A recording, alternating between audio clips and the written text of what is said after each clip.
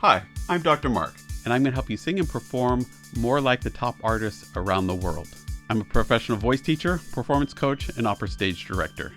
I've helped thousands of singers around the world learn the techniques and methods that got the top singers to where they are. Let's talk about what makes Park Hyo Shin's performance of Goodbye so awesome. This is viewer recommended. I've never watched it before, never seen it, and so I'm interested to see what comes down and how it goes. Let's see what makes people recommend this and think it's so awesome. Here we go.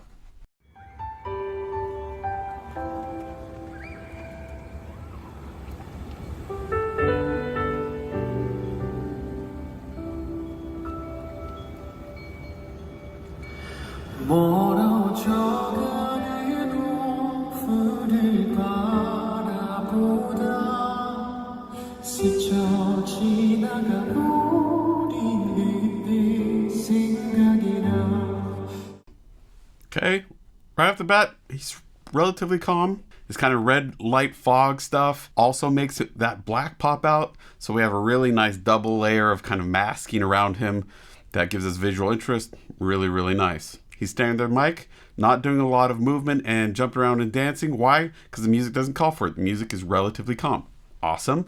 You'll also notice the upper tooth smile. That jaw's releasing down and back really well here. And he just looks relaxed. We're not seeing big sources of tension. Big places to look for tension: jaw, neck, either by pushing the head forward or just looking tight and stiff and not being able to move around. Shoulders, often they'll come up or pull back. Sometimes they'll collapse forward. We want to avoid all of those. Also, if we had a shot that was further back, we would be able to look at his feet, legs, and more of the torso and see if there's tension here. Right now, from what we're seeing, we're just seeing a normal guy there. Why is that important? Because we as the audience empathize with that, and it lets us relax. So we can actually listen to what's being said and sung about and enjoy that music. If we catch any tension that doesn't belong, that the song doesn't call for, the words don't call for, and then we kind of go on the defensive. Think about it. If you're having a conversation with something and you see their hand just start getting tense, or you see them start clenching their jaw, or you see that they get tense in their neck and shoulders, it puts us on alert and defensive. That's not what we want to do for our audiences usually. So this is a really good example of how to just stand there and be comfortable. That allows us then to watch their face. So let's see what else goes on.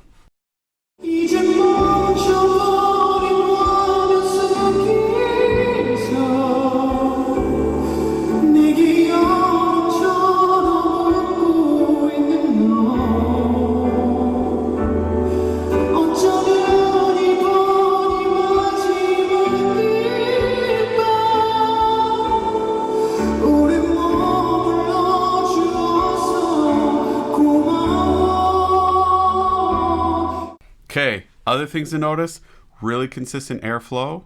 It's gorgeous. He's just keeping the airflow consistent no matter what pitch he sings. He's letting the consonants articulate the notes a bit, the rhythms and the pitches, but the breath is staying really consistent. No puffs of air, no tension, no stress, no pushing. It's just super consistent. It makes it gorgeous. Second thing that I want you to notice is it is a little bit breathy. It's a little bit aspirate. It makes it a little softer here. If you're trying to figure out how do I make it more aspirate, the key is to increase the quantity of air. You can also decrease the velocity, but if you decrease the velocity, that's also going to cause some other tension problems and compression. So what we're looking for is an increase of quantity if we want to make it a little more breathy. And so what you can do is you can practice with a bigger diameter straw. We've talked about using smaller stir straws, putting a plug in for the oovostraw. They're awesome. Check it out. You can see a link down below, but you can use this smaller diameter straw, and that's going to help you find this more balanced, clean, easy place. If you use the same kind of balance of flow that you use in the straw, meaning the velocity you get coming out and the quantity together, it's a little bit of air traveling fast. It's going to make it so that it is not breathy. So if you're going to go for a breathier sound, you're going to want to practice with a bigger diameter straw than these smaller ones, and still try to focus on keeping that airflow consistent.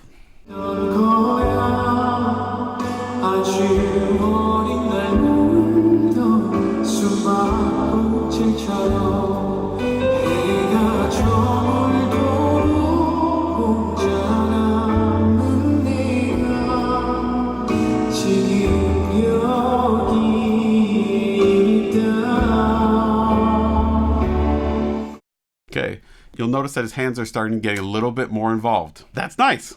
We want to see that growth, that crescendo, that increase in intensity over the course of a song usually. What's cool is at the start, because he started so relaxed, any addition of tension starts making us think that that emotion is increasing, that there's more emotional energy that he's tapping into in this moment, and we start to feel that. If he was to start out tense, it just wouldn't mean as much. It would just look like performer tension. In this moment, even if it were performer tension, again, I'm not him and in the moment, we would still read it more as emotional tension because of where he started. So really awesome. Cool.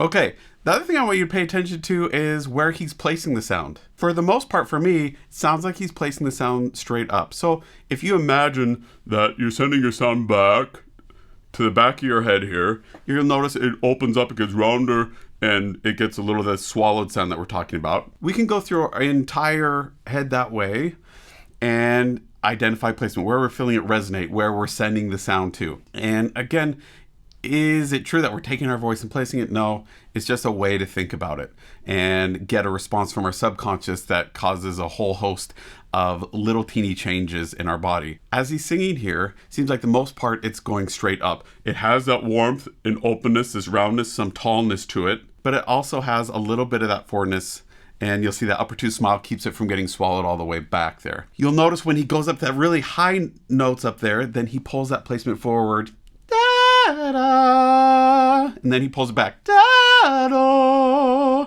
da-da, right? And you'll see him pull that forward. The sound, when we bring it forward to this place, gets brighter, more resonant, really buzzy, and this further back placement softens it a little bit, gets a little warmer and rounder. Give it a try. See if you can get different responses just by imagining you're sending your sound in these different directions, and then see what it does here. If some make it easier or harder, and if you can keep it easy here in all of those placements, it will help you be able to have a large variety of colors you can use as you're singing.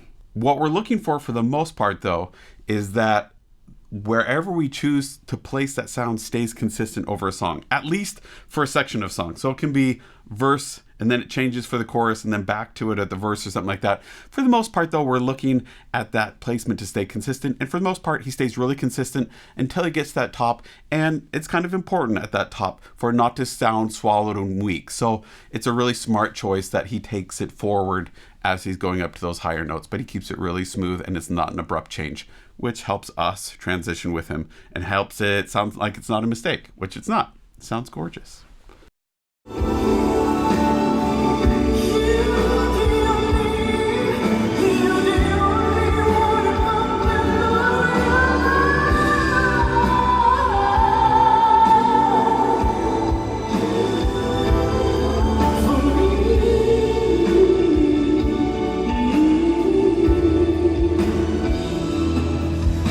Important thing, his body is getting more expressive. It looks like it's tense in his arms and his torso and stuff like that. Notice it doesn't have to do with the pitch. That expressiveness comes from the words and the emotion that goes behind the words in the music. He's not necessarily singing any higher here. In fact, for a good part of this where we see this tension in his arms, it's a lot lower.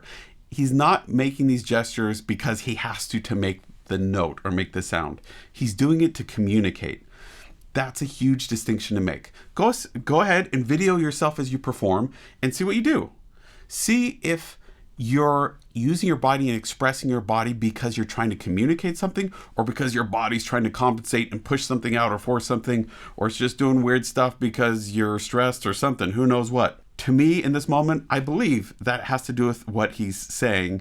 And the biggest part of why I believe it is because it's not dependent on the pitch. It's dependent on the words of the music.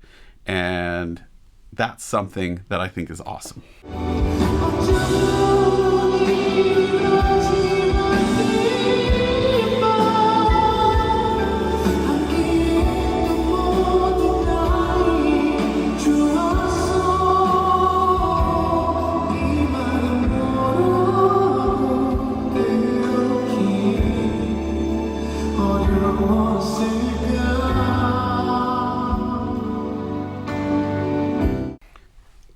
that jaw, I love this camera angle because we can see that this jaw is hinged down and back. You'll see it up. That's awesome.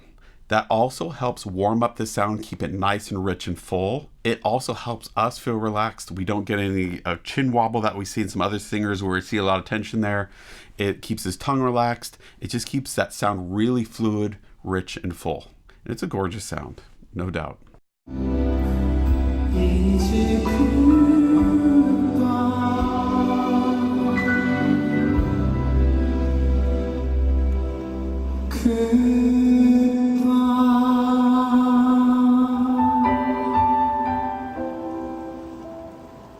I'm gonna have to do more of him because I thought that was a gorgeous voice. I really enjoyed what I heard and I enjoyed what I saw.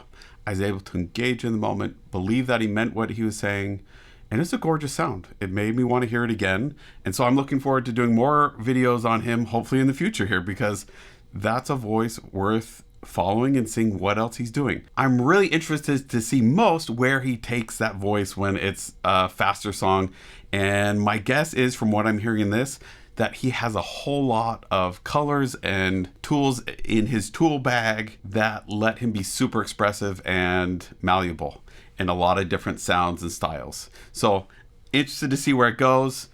Thank you to the viewer for recommending it. Don't forget to subscribe and click like. Check out the links down below and tell me what you learned from it, what you like, what you enjoy about this song, and why it moves you, why you think it's so awesome. If you want a voice lesson or performance coaching or want me to work with you or your group to help you sing easier or perform at a consistently higher level, book a time with me at mrperformingartsstudio.com. I look forward to working with you online.